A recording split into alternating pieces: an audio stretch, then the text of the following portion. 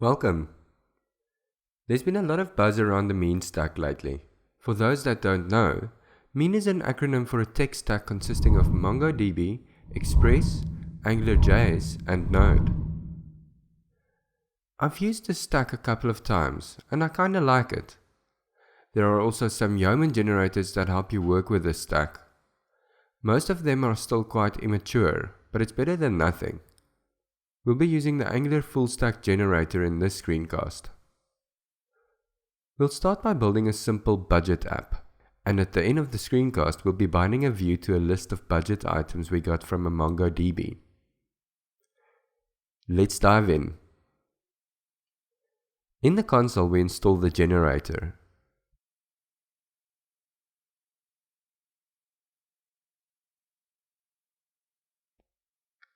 Now we create a directory and cd into it. We create our budget app with the newly installed generator.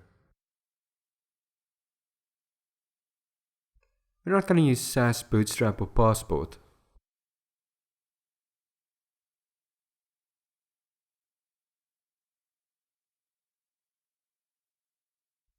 Let's have a look at what we've got now.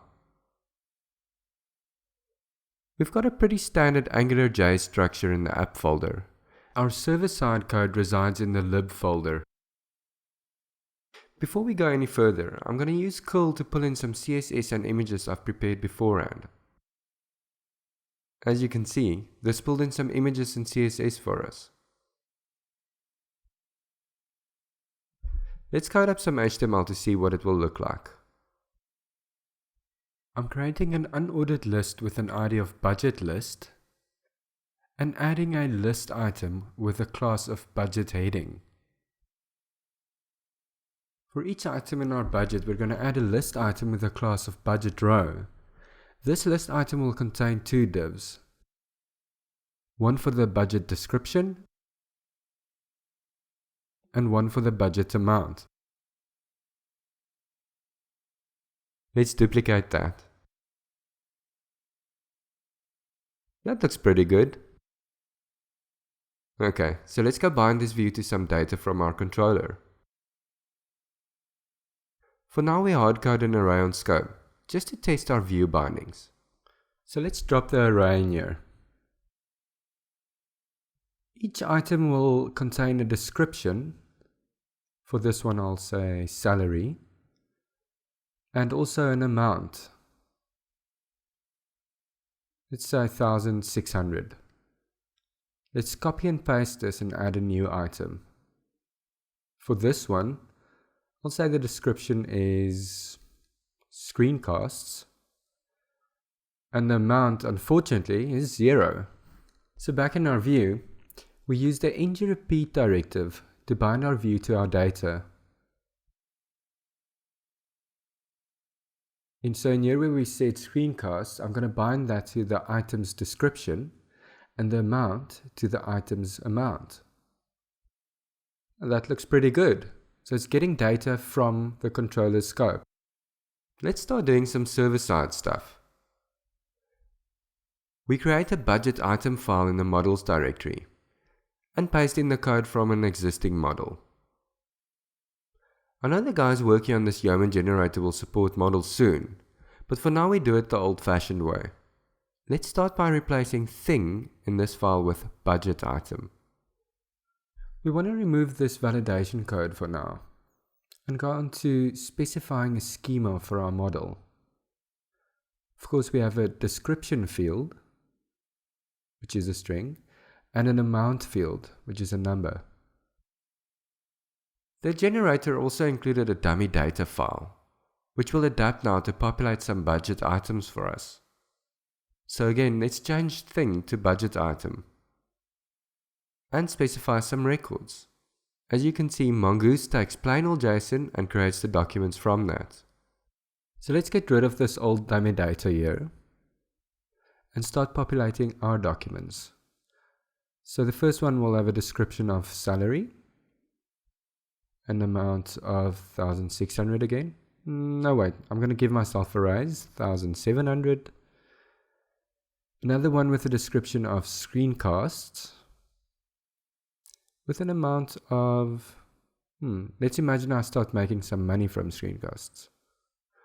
After the list of documents to add, Mongoose expects a callback function it will call after the items have been created. Let's go have a look at what the DB looks like now. We connect to our local Mongo, list the DBs, we set the correct DB context. Our budget items collection is here. And our dummy records too. Let's use pretty to make it, well, pretty. Okay, so our data is sorted. We now want to hook this up so that we can serve this up to the front end. To do that, we drop into the routes.js file and we set up a new route. We're basically telling Express that when a GET comes in on this route, API/budget items, that we want the API.budget items function to be called and handle the request. So let's go to the API file and add that function. Let's duplicate this line here and adapt it to be about budget items. So we're saying, get us the budget item Mongoose model.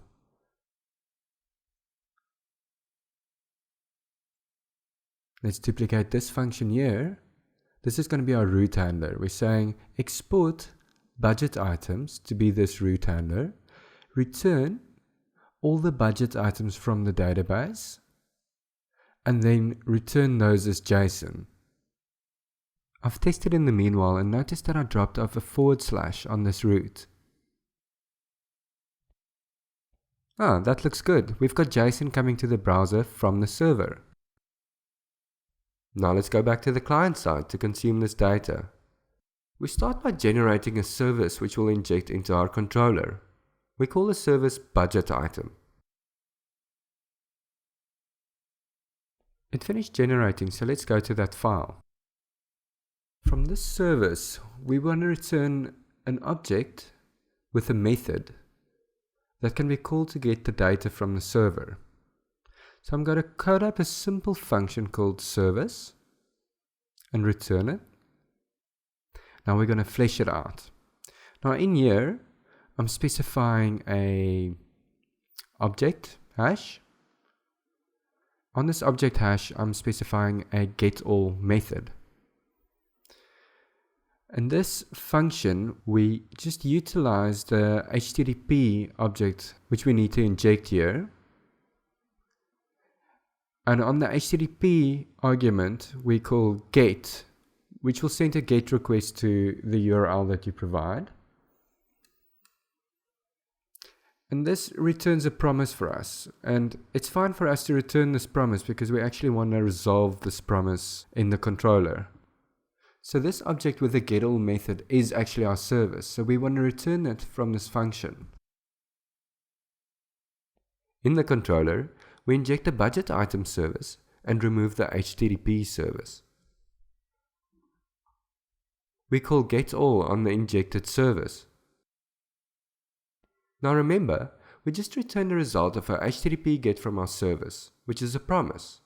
So we need to provide a success and error handler to consume the data. In the success handler, we set the data on the scope. And in the error handler, we just write to the console. And there you go. We're binding to the data from the server. Clearly we went very far by implementing very little code. This is largely due to the tech stack and using the Yeoman generator approach. In future episodes, we'll flesh this out to add new items and also to delete items. We'll also throw a custom AngularJS directive or two into the mix. See you next time.